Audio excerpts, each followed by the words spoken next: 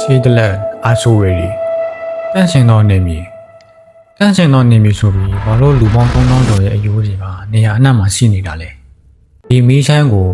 လူခဏကိုအနှံ့ကအယိုးတွေနဲ့ဖွဲ့စည်းထားတာပါ1288ခုနှစ်မှာခြေတလက်ဘုန်းကြီးကျောင်းကဘုန်းတော်ကြီးတစ်ပါးဟာအေရှူလေးနိုင်ငံဂျေရုရှလင်မြို့ကဂိုဂစ်တပ်ကိုတွားရောက်ခဲ့ပါတယ်အဲ့ဒီနေရာကယေရှုခရစ်တော်လောဘကတ္တန်မှာအသက်ခံရတဲ့နေရာဖြစ်ပြီးအပြန်မှာအဲ့ဒီနေရာကမြေကိုတိကျပအောင်တင်လာပြီးအခုရှိတလက်တင်ကြိုင်းမြေပေါ်မှာဖြန့်ကျဲခဲ့ပါတယ်အဲ့ဒီချိန်ကစပြီးဒီတင်ကြိုင်းမြေဟာတန့်စင်သောနေမြေဖြစ်သွားပြီးလို့သတင်းတွေပြန့်နှံ့သွားခဲ့တာကြောင့်ဥရောပအလယ်ပိုင်းကလူချမ်းသာတွေမင်းတို့ရသားတွေကတည်ရင်ဒီမှာပဲမြှုပ်နှံဖို့အတွက်အပြန်အဆိုင်စူးစမ်းလာကြတယ်လို့ဆိုပါတယ်ဒီနေရာမှာလူအယိုးတွေဘာလို့ဒီလောက်များနေရတယ်လဲဆိုတော့အတိကအကြောင်းရင်းတစ်ချက်ရှိပါတယ်1348ခုနှစ်ဝန်းကျင်မှာဥရောပတိုက်ကိုကလေးယောဂအပြင်းအထန်ဝင်ရောက်ခဲ့ပါတယ်အဲ့ဒီအချိန်မှာ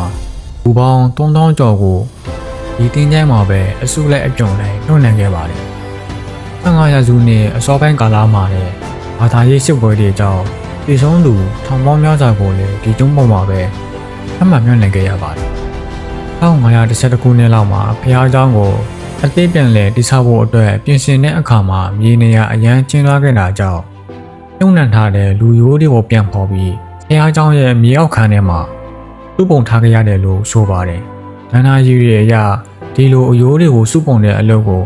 မြင့်မြင့်ဖုံးလုံးကြီးတစ်ပါးကစတင်လှုပ်ဆောင်ခဲ့တယ်လို့ဆိုပါတယ်အခုလက်ရှိမြင်တွေ့နေရတဲ့6ချားဘွက်ရအပြင်ရှင်ကတော့1890ခုနှစ်မှာပေါ်ပေါက်လာခဲ့တာပါ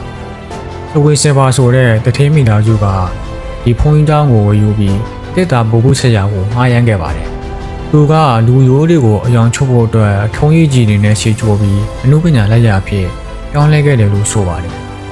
ဦးစန်းနာကသူ့ရဲ့လက်မှတ်ကိုတောင်မှလူရိုးတွေနဲ့ပဲပုံဖော်ပြီးရေးထိုးခဲ့တယ်လို့ဆိုပါတယ်ဒီမီးဆိုင်မှာလူခန္ဓာကိုယ်ရဲ့အယိုး206ရိုးစလုံးအနည်းဆုံးတစ်ခုစီပါဝင်ပါတယ်ဒီဒီဇိတ်မှာကြီးကန်းတစ်ကောင်ကကြားဆောင်သွားတဲ့စစ်တီတော်ရဲ့မျက်လုံးကိုထိုးစိတ်နေတဲ့ပုံစံကိုလူရိုးတွေနဲ့ပဲအသေးစိတ်ပုံဖော်ထားပါသေးတယ်လက်ရှိမှာတော့ဒီနေရာဟာကဘာလက်ခီးတဲ့အလွန်စိတ်ဝင်စားတဲ့နေရာဖြစ်ပေမဲ့တည်ဆုံသွားတဲ့သူတွေကို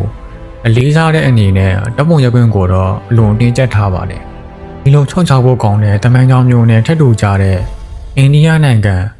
ဘာဂျစတန်ပြည်မှာရှိတဲ့ဘန်ကာခန်တက်အကြောင်းကိုတော့နောက်ဗီဒီယိုမှာကျွန်တော်တို့ပြန်လည်ဆိုပြကြပါမယ်အားလုံးပဲမင်္ဂလာညချမ်းလေးဖြစ်ကြပါစေ